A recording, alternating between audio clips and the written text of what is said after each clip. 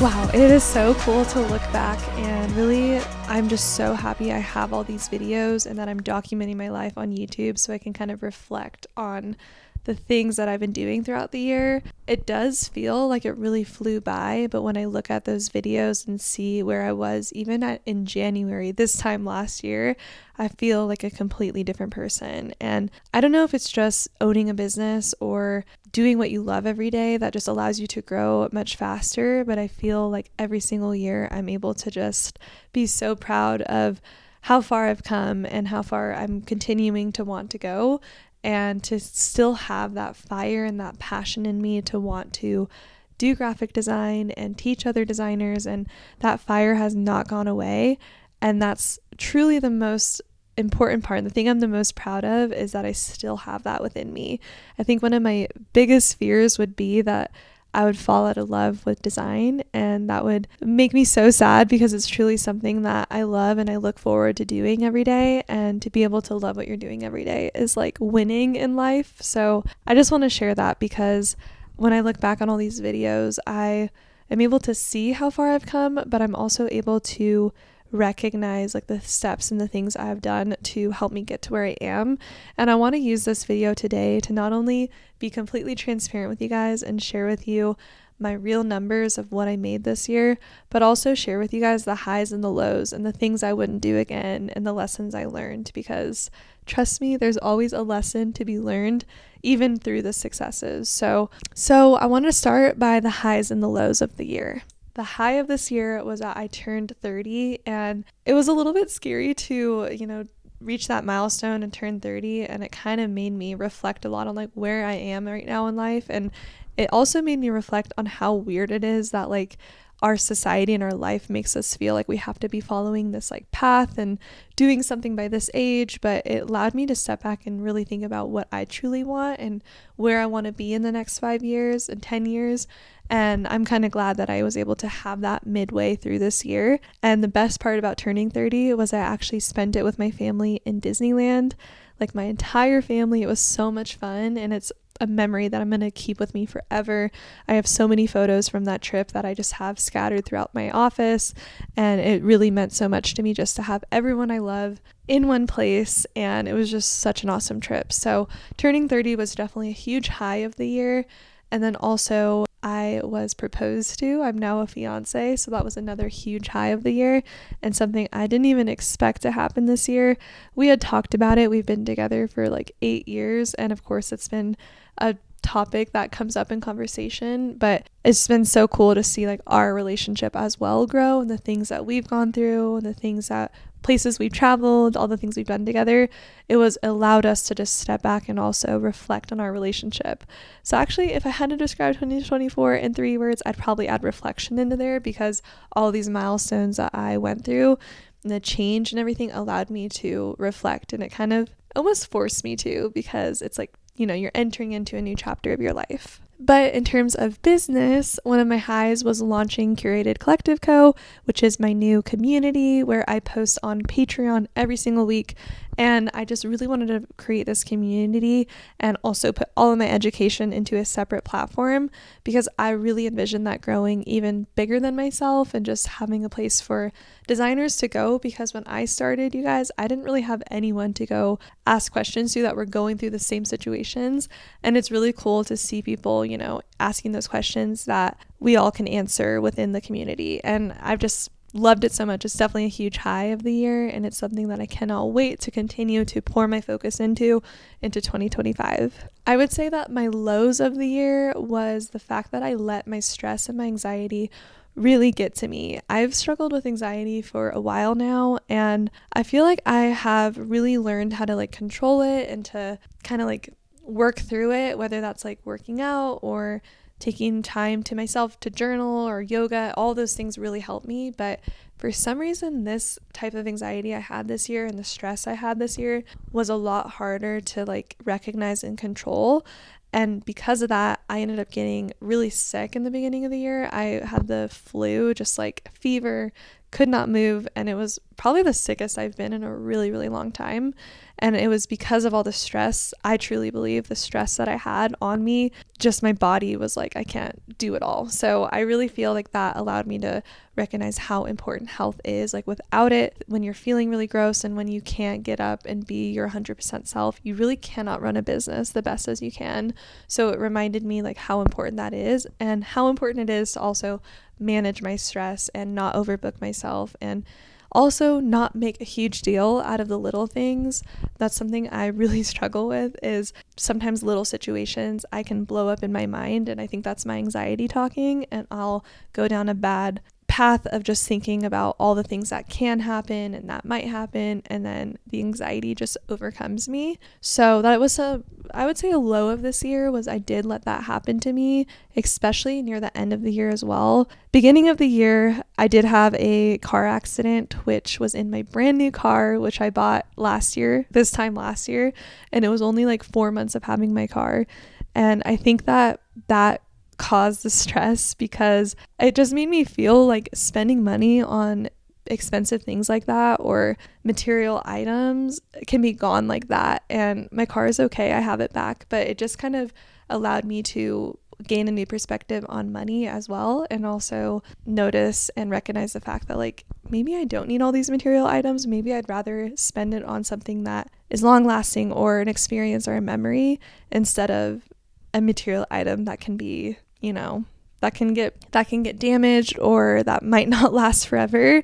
So that really allowed me to think about that as well. But I would say that the stress and anxiety was also caused from consuming way too much social media. Near the end of this year, and I'm going to talk about this later, but I had quite a bit of burnout, really bad burnout. And it wasn't even burnout from work. It was just burnout because I got too comfortable.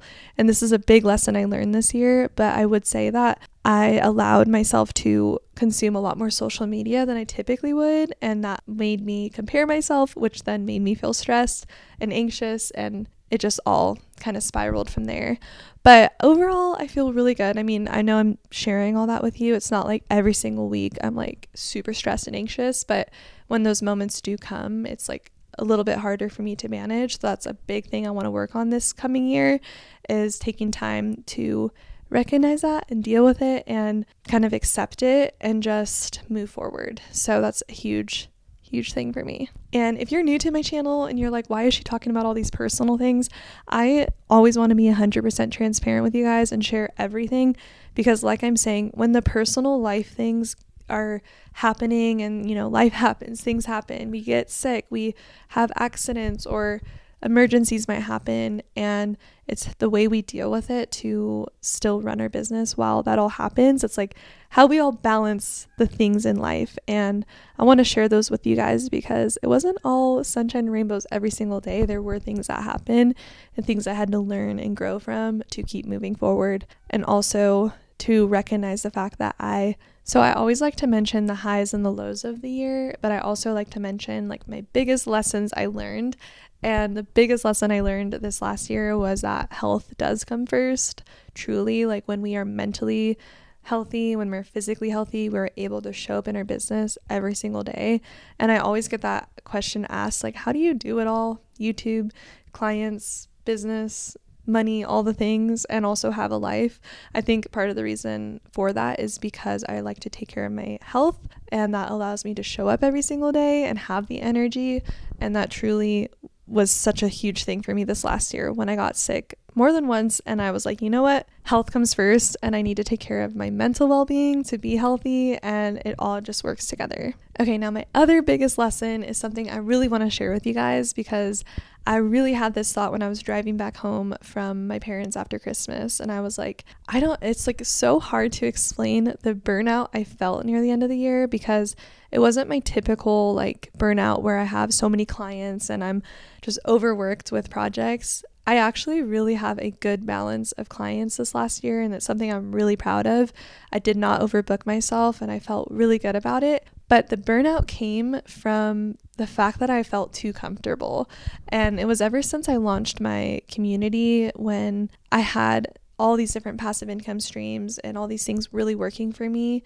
And I felt like even on the weeks that I didn't give my 100% best effort, I still was making an income and making a very comfortable income, and it made me feel like I could step back and not work as hard. And I feel even guilty saying that out loud, but the guilt of feeling that and knowing that I was super comfortable just caused me a lot of like burnout and stress, and feeling like, okay, I need to do something now, like feeling stressed that I'm not doing enough. And it really caused me to just like literally do nothing some weeks, and I would end up booking appointments in the middle of the day, and I just wouldn't have a full day of just pure focus. And I was getting burnt out with myself and my own decisions, and getting so angry at not just like focusing and having, just a week or two of like just getting my work done.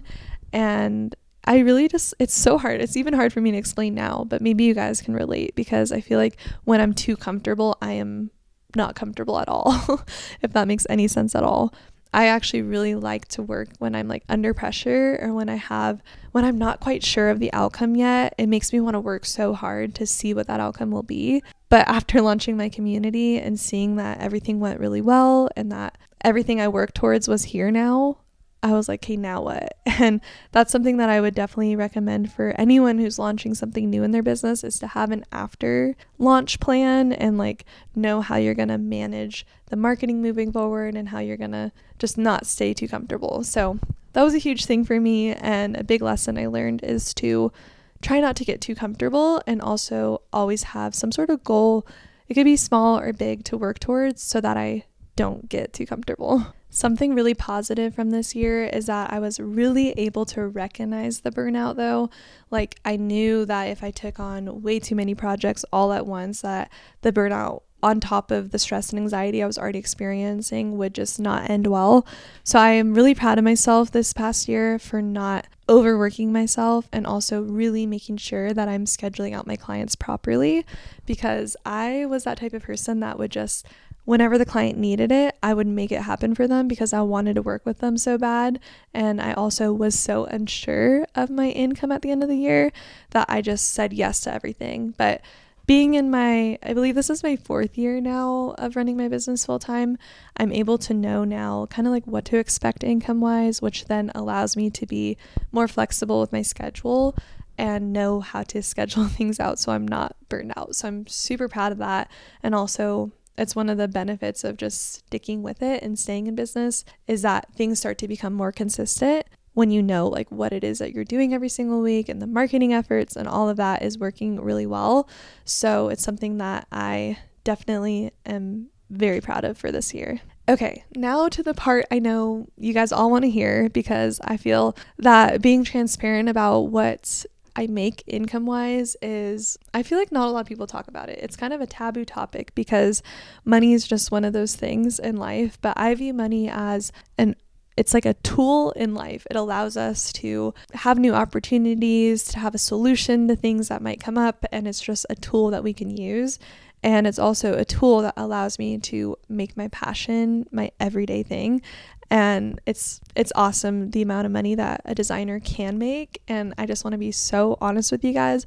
There's so much money that can be made in the digital online world, whether you're a designer or photographer, any sort of creative. I feel like it's really misunderstood. I feel by a lot of people that the income might not be that great, but it can be really, really great depending on how much work you put into it. And also, you have to stick with it to eventually get to that point where you're able to increase your pricing to reach those really awesome income goals and everything. But I went back and forth on sharing this in this video, but it's been my yearly thing I like to share with you guys because I feel that it would help me if I was, on the ledge of like taking my business full time or not. If I heard someone sharing with me what you can make in a graphic design business, then it would probably encourage me to do it. So I hope that this encourages you. But I first want to talk about the fact that I ended up hiring a company this year to manage my finances for me because it's not something I enjoy doing. It's not something I really feel like I should be doing. I should be focusing on the marketing and the design side of my business, and I can hand the rest off to someone else. So I ended up hiring a company called Collective. I really, really like working with them because they send me a profit and loss report at the end of every month. And they also helped me turn my business into an S Corp, which was a big change for me this year because as an S Corp now, I'm technically an employee of my own company. So it's kind of different, like the way that everything worked, the structure. However, it's going to save me so much in taxes. We did the month at the beginning of the year and I was like, because we did the math at the beginning of the year and I was like, we need to make this happen because the amount of money I was paying in taxes the last couple of years was just always a bit shocking. But I'm really excited to see how this tax season goes now being an S Corp. But I wanted to mention that because it's been super helpful to have someone just checking my accounts and also organizing things for me, and just being able to see my reports in an organized way is the best way to know how to like lower my expenses and like really improve my business. So if you guys are interested in Collective, definitely check out my link below. I have a discount for you guys. I can't remember off the top of my head what it is, but definitely check it out down below. It'd be such a good time to get started with them in the beginning of the year. I started with them like pretty much at the end of January of this last year, and they were still able to help me become an S Corp even though we were a month into the year. So definitely check them out if you are looking into something like that. But it's been so helpful for me and I cannot wait to just not have to worry about taxes and let them do it for me. But let's talk about my income streams because I'm going to share with you guys my income numbers, but I think it will really help if you know the streams of income that I have. And I have them all written out right here. And I honestly still feel like I'm missing some because I have a lot of different income streams. So starting with courses, I sell tons of graphic design courses, I think like 6 right now, and those are always available, and that's always a really great passive income for me. And then I also have my Patreon, which is new this year. I launched it in August, I believe it was. So it was a little less than half of the year that I had that going, but it was a really great income stream for me. But I don't want to rely on Patreon for my income forever because with subscription-based models, people come and go, and that's just the way subscriptions work. It's really easy to cancel and join and cancel and join, and that's part of the cool thing about it is that it is easy to cancel and join. But I have courses, Patreon, branding services, website design services, templates that I sell on my Curated Collective Co. website, which is like contracts, branding templates, all types of things. I also have my YouTube, which I make a little bit of money from ads on YouTube. Not a whole lot, but it does allow me to have some personal money to spend.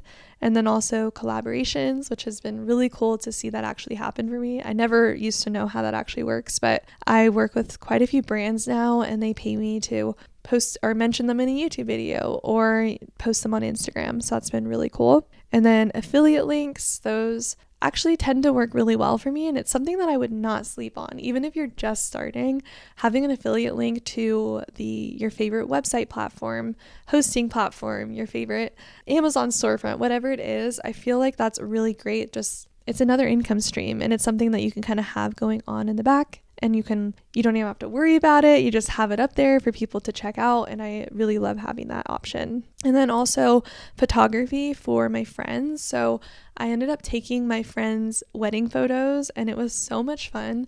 I actually thought that I was going to become a photographer full time, but I kind of fell out of love with it when I was studying it in school, because when you actually make it a job, it just becomes a little bit different, and that's what photography came for me.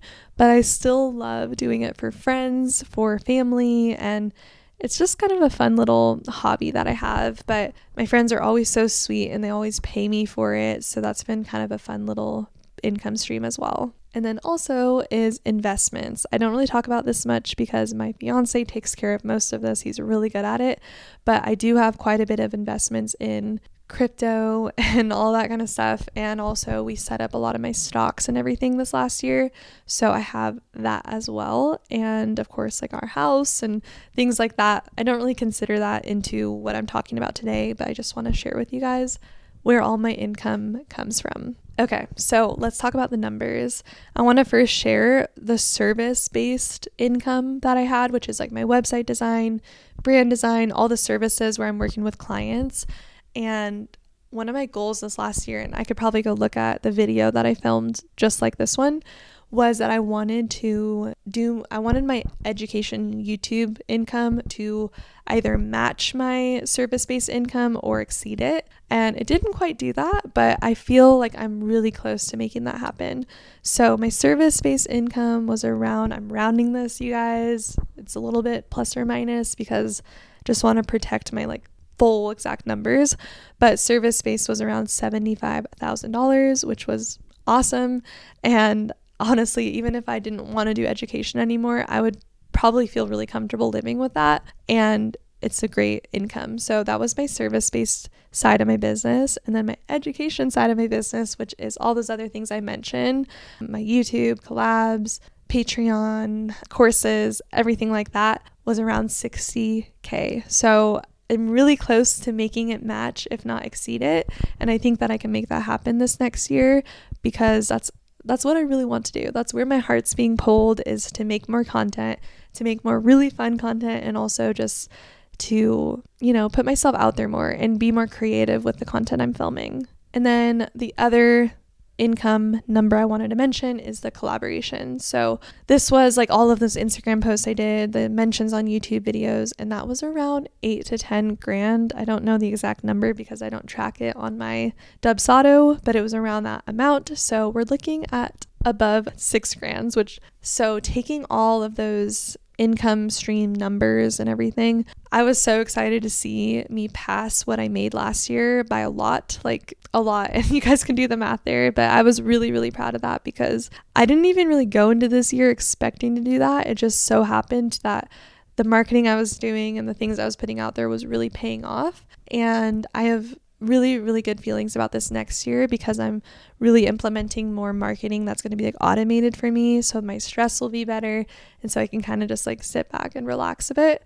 So I'm very excited about that. And if you guys want to see a little bit of my marketing strategy with YouTube and all the things, check out my last video. I'll link it up above here, but I talk about my growth strategy and what I'm going to do to automate some things for me as well. Okay, so all those numbers sound really awesome and great. However, that's not what I'm pocketing. Like, I'm not taking all of that home. And I know you guys all know that, but there's expenses, there's taxes, and there's all those things in between. So I just wrote out some of my expenses because I think it's nice to hear like what do you really need to run a business? And I really feel like I can improve my expenses area. I think I can really cut down on some of my subscriptions. I can cut down on or be more strategic with what I'm outsourcing.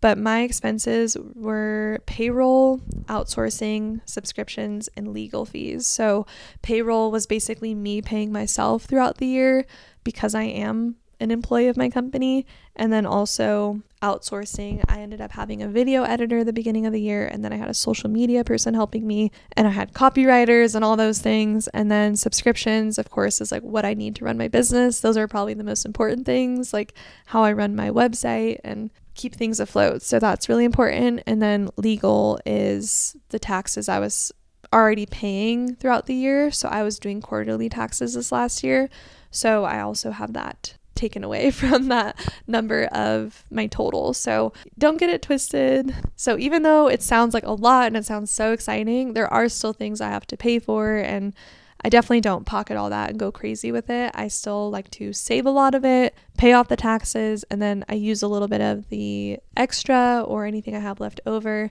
to put back into my business. That's truly what I'm going to be doing, is I want to maybe look into a new camera this year, or something that will help me with my YouTube videos, and maybe even outsourcing my social media so that I don't end up in that comparison loop and I don't end up consuming too much. So those are some things that I'll be using the leftover money for. So I just wanted to share all that with you to either encourage you or open your eyes to the fact that getting into a design business is very profitable and it's really amazing, but it truly is what you put into it and what you have to have that passion. You have to know the why behind what you're doing.